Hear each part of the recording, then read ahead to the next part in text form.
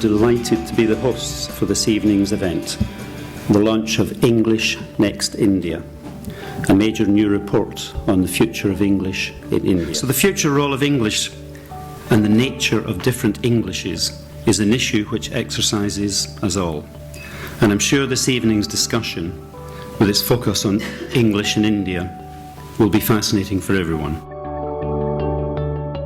Tonight's event is in partnership with the English-Speaking Union, and we're absolutely delighted that this is the first joint event. Our reasons for promoting the English language worldwide are not only for its transactional value, supporting education, mobility, trade and so on, but for its cultural relations values, facilitating the building of trust and engagement between people worldwide through the exchange of knowledge and ideas. As David Graddol says, languages are the best tools we have for building bridges between communities, and the languages with the greatest global reach have a special role to play in promoting international understanding and friendship. Very warm welcome to everyone. It's my absolute joy to be here. I'm based in Delhi, and it really is a great privilege to represent the 425 people who work for the British Council in India. David Graddol's work, which highlights what the main issues are around English in India. And David doesn't really need any introduction in one sense, because he's so well known as a linguist and as a writer and as a broadcaster. We're so seduced by the language that now it's everywhere in India. How true is this picture? Every school and college in India is trying to churn out English-speaking pupils to power our call center industries. English is a curious language. There is always a slip between the world and the word in all languages. But because English is spoken so widely and in so many different countries and in such varied cultural contexts, that the possibilities of misunderstandings and innovation are practically endless. Let's ask David Graddol what his research has thrown up about the tense past, the imperfect present, and the unknown future of English in India. Ladies and gentlemen, David Graddol.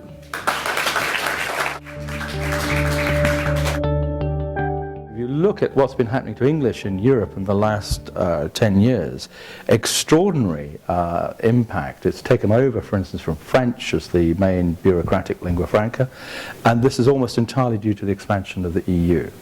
So I think that what we're seeing, curiously, in India, as India does become more connected, the number of different languages, the linguistic diversity, they're coming into contact with each other. It's becoming more apparent, and English is actually coming out as a very important lingua franca and tool of mutual communication in that context. Now, the interesting thing for me was to find that this was not at the expense of Hindi.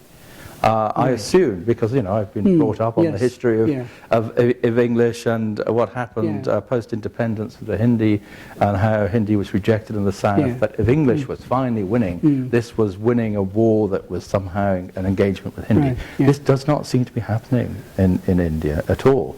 And increasingly we're seeing both Hindi and English rise in usage and importance, and indeed the mix of the two languages. That although India is this hugely multilingual space, it hasn't really seriously engaged with the idea of multilingual education.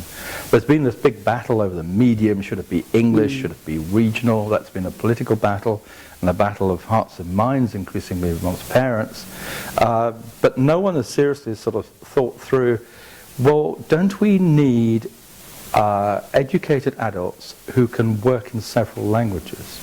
Which is really what the conclusion we've come to in Europe. And I think actually some of the most interesting stuff is being done in India now in the tribal communities, in the very small communities, the ones that are regarded on the outskirts of not worthy of serious consideration. They are probably out of the sort of limelight, as it were, doing some of the more interesting experiments in multilingual education. And English is the language of higher education. It's the language of higher education in India.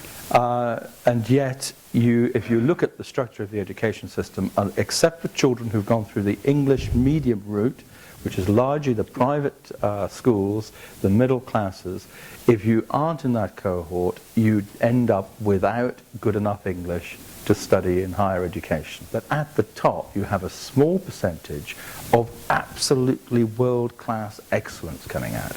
And because of the numbers in India, a very, very small percentage, it's quite a lot of people who've, fan out across the world and go to the United States, and they win Nobel Prizes, and everyone thinks, wow, Indian higher education ought to be good.